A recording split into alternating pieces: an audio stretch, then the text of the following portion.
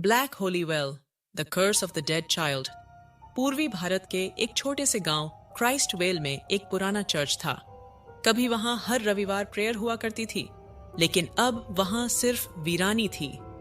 लोग कहते थे कि उस चर्च के पीछे एक कुआं है, ब्लैक होली वेल। कहा जाता था कि उस कुएं का पानी पवित्र नहीं बल्कि शापित है। कई साल पहले उस कुएं में एक बच्ची की लाश मिली थी। उसके बाद से वहां आने वाला हर इंसान किसी न किसी अनहोनी का शिकार हुआ। सालों बाद दो लोग उस चर्च में पहुंचे, सारा और अर्नव। दोनों एक YouTube चैनल चलाते थे और पुरानी डरावनी जगहों की जांच करते थे। उन्होंने तय किया कि वो ब्लैक होली वेल का सच जानकर रहेंगे। चर्च में दाखिल होते ही हवा में अजीब सी गंध थी, जैसे कुछ सड़ रहा हो। दीवारों पर पुराने धार्मिक चित्र लटके थे, लेकिन सभी की आंखें खुरची हुई थीं। ऐसा लग रहा था जैसे किसी ने जानबूझकर उन मूर्तियों को अंधा बना दिया हो। चर्च के बीचों बीच एक टूटी लकड़ी की बेंच पड़ी थी। सारा को वहां कुछ लिखा दिखाई दिया, शी नेवर लेफ्ट। उसी वक्त ऊपर की टूटी घंटी अपने आप बजने लगी। सारा और अर्नव डर तो गए, लेकिन उन्होंने रिकॉर्डिंग चालू रखी। रात को दोनों ने चर्च के अंदर ही रहने का फैसला किया। अर्नव ने कैमरा कुएं के पास लगाया और सारा नोट्स लिखने लगी। करीब 2 बजे रिकॉर्डर अपने आप चालू हो गया। रिकॉर्डिंग में एक आवाज आई, विंगर में विंगर बैक टू द वेल। आवाज किसी औरत की थी, लेकिन धीमी और भारी। अगली सुबह जब उन्होंने रिकॉर्डिंग देखी तो कैमरे के फ्रेम में कुएं के पास एक छोटी सी बच्ची की परछाई दिखाई दी। सारा को अब डर के साथ जिज्ञासा भी होने लगी। वह चर्च की पुरानी अलमारी में कुछ ढूंढने लगी। वहां उसे मदर जोहाना का पुराना जर्नल मिला। उसमें लिखा था, एवलिन नाम की बच्ची का जन्म हुआ। वह चर्च की एक नन की संतान थी, लेकिन उसके जन्म के बाद हर रात चर्च की घंटी अपने आप बजने लगती थी। लोग कहते थे वो बच्ची इंसान की नहीं, किसी अंधेरी शक्ति की देन थी। जर्नल के अगले पन्ने पर लिखा था, एवलिन की मां ने चर्च की इज्जत बचाने के लिए अपनी ही बच्ची को कुएं में डुबो दिया, लेकिन वह आत्मा मर नहीं पाई। उसने अपनी मां की आत्मा को भी वहीं कैद कर लिया। सारा ये पढ़कर सन्न रह गई। उसने अर्नव को ढूंढा, लेकिन वो कुएं के पास बेहोश पड़ा था।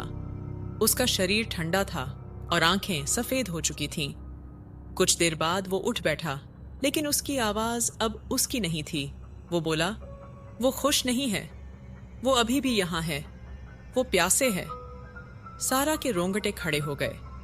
अर्नव फिर अचानक हंसने लगा और बोला, शी नेवर लेफ्ट। सारा किसी तरह पास के गांव के चर्च से फादर एड्रियन को लेकर आई। फादर ने आते ही कहा, यहाँ किसी आत्मा का नहीं बल्कि एक माँ के अपराध का श्राप है।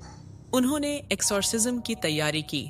मोमबत्तियां जलाई गईं, क्रॉस रखे गए और पवित्र जल का छिड़काव शुरू हुआ। अर्नव की हालत और बिगड़ने लगी। वो हवा में उठने लगा और दोहरी आवाज में बोलने लगा, मैं वही हूं जिसने अपनी बेटी को डुबोया था। सारा और फादर दोनों कांप उठे। फादर ने मंत्र पढ़ते हुए कहा, ईश्वर के नाम पर इस शरीर को छोड़ दो। तभी कुएं से काला धुआं उठने लगा और सभी मोमबत्तियां एक साथ बुझ गईं। दीवारों पर लाल रंग से खुद ब खुद लिखा गया, शी नेवर लेफ्ट। फादर ने पवित्र जल फेंका, लेकिन वो जल उबलने लगा। अब फादर को समझ आया कि कुएं का पानी पवित्र नहीं, अभिशप्त है।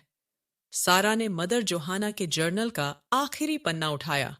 उसमें लिखा था, जिसने भी कुएं को छुआ उसका खून कुर्बान करना होगा, तभी श्राप खत्म होगा।